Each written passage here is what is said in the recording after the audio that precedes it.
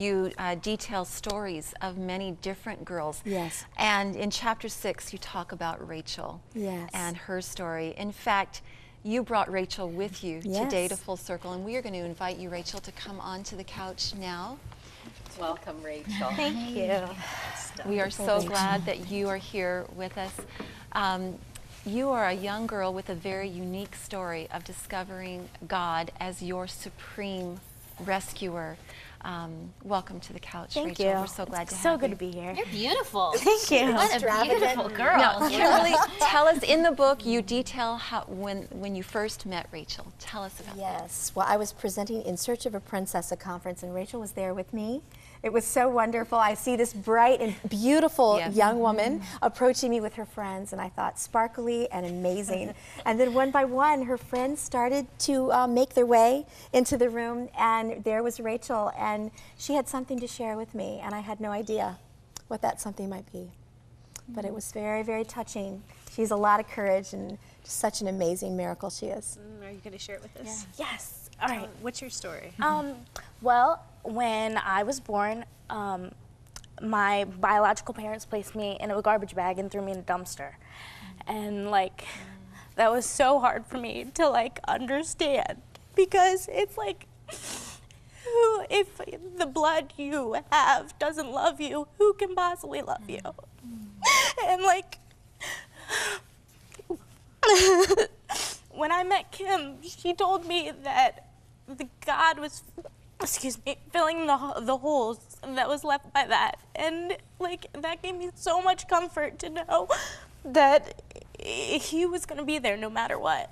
So, God came to rescue you pretty quickly. He did. You have to tell us what happened. He did. He sent a man who was working in the floor shop near where I was thrown away, and his wife kept nagging him to go and get the trash, and he was like, no, it's okay, I'll do it a different day.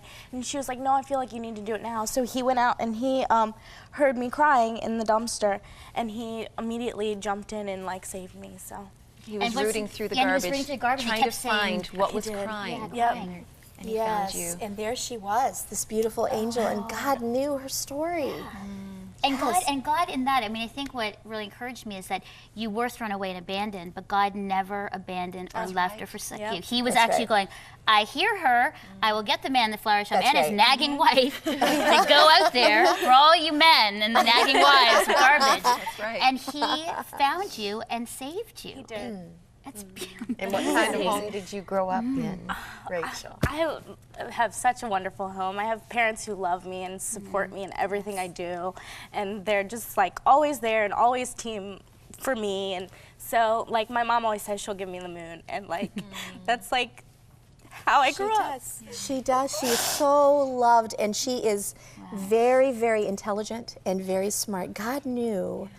Beautiful, had such a plan for her, plan to prosper her and give her hope. And I've just seen her, she has courage. She's jumped in and just grabbed a hold of who he is, and she's running a hard race of life, and it's wonderful. And what was the theme of the conference where you two met? In Search of a Princess. Yes. And what was, but where did that take you? So, you know, Rachael, you're here, you're feeling abandoned, it's a hard story, but what was it about your true hero, about God, that made you go, I get it, and now I want to follow him? There's someone that you can rely on no matter what. It's not like boyfriends or even family who are gonna be not always gonna be there for you like you need it. And he was always there. Like, even like coming here and everything, like I was alone and it's like an all new thing, and I was like just praying the entire time. I was like, God, like help me. So Well, you know, I talked to a man one time who'd suffered a lot of abuse, and one of the things that God really showed him that helped him was that God didn't give him to his family, but God gave him to the world through his family, that they were just a conduit. How do you feel like that wound is being healed in your heart? Like, I do. What difference has been made in your life? it's been a long journey, and like sometimes I still struggle with it, but God like is always filling in that gap when I need it. And like sometimes I'm just like, this is an awful day and I need God more than ever today. And it just swoops me up and hugs me, and I can just feel that comfort. So I think it was interesting too, because at the conference we were sharing about, you know, where was God when she was in that dumpster? And I looked at you, I remember, and we talked about this, where was he? And you said, oh, I don't know. And then it hit you. I remember that moment, and it hit me when it hit you, that he had been there. He was right there in the middle of the yuck, and that's what I loved. He didn't swoop down with his beautiful robe. He went in the middle of the smelly dumpster and said, I'm here for you, darling. You know, I gotcha. So what do you do in the yuck? I mean, there's tons of girls watching, Rachael, that are like, I have really bad days all the time, and I'm a cutter. I'm anorexic. Or I'm just lonely and disconnected. No one wants to sit with me in the cafeteria. And then, I mean, not just even young girls, but so in the yuck times, what do you fill your mind with? What do you do? I just pray. Actually, my favorite verse is one that Kim shared with me, and it was, the king is enthralled with your beauty, honor him for he is your Lord. And like, that is just my verse. Like, I go to that whenever I feel just, like, can't make it through. Like, I'm like, he made me and he made me beautiful, and I just want to serve him. So You could be wearing this t-shirt. I've got a shirt. Of course, show and tell queen.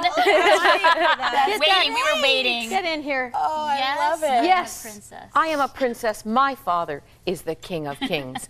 You know that down to your toenails, Rachel, do. don't you? Absolutely. Absolutely. Beautiful What a story. And so brave of you two to come and share it. And you know, just the fact that you are alive today is a symbol of God's love for you. Because how does a baby survive in a plastic bag? I know, it's a miracle. I thank God every day that I'm alive. And you're going to school to be a nurse I now. am. You're I'm going to 20 nursing years school. old, and God has charted a path for your life, and you are following Him. Yep. Following that path, and you sparkle. So sparkles. What advice would you give to young girls? Because you know, lots of young girls feel abandoned. Even if it's not physical abandonment, they feel emotionally abandoned by their parents or not loved by their parents. What would you tell them? How do they overcome that? I think with everyone it's different, and you need to find what makes you happy no matter how your world is going. And and that should be God, and you should rely on God even in that awful time that you can't really rely on it. Even if you still, I mean, every girl has doubts, like, is God really there and is he really listening? But you just need to trust that and know that that's what's going to make you happy in the long run. And it's Him. Yeah, It's it's all Him. about Him. Yeah. You know, That's right. we all have a longing inside of us to be accepted, to be cared for, to be loved. And one of my favorite books is The Sacred Romance, John Eldridge and Brent Curtis. And there's a quote in here that I thought of all of us when I was reading this just last night. It says, "This longing that we all carry is the most powerful part of any human personality. It fuels our search for meaning, for wholeness, for a sense of being truly alive. However we may describe this deep desire, it is the most important thing about us. Our heart of hearts, the passion of our life, and the voice that calls to us in this place is none other than the voice of God." I want to encourage you today. You've identified in your own life, I'm sure, as we all have, that there is a need we all have. There is a longing we all have for connectedness, for protection, for being loved for who we are, no matter what, to being loved unconditionally for the long haul. And I want to tell you right now that you are loved that way. Jesus Christ loves you so much. He went to the ultimate price. He paid the ultimate price for you. And if we can help you make that connection with Him today, maybe reconnect with Him. Maybe you knew God a long time ago. Maybe you're not a teenager, but you're older, like us.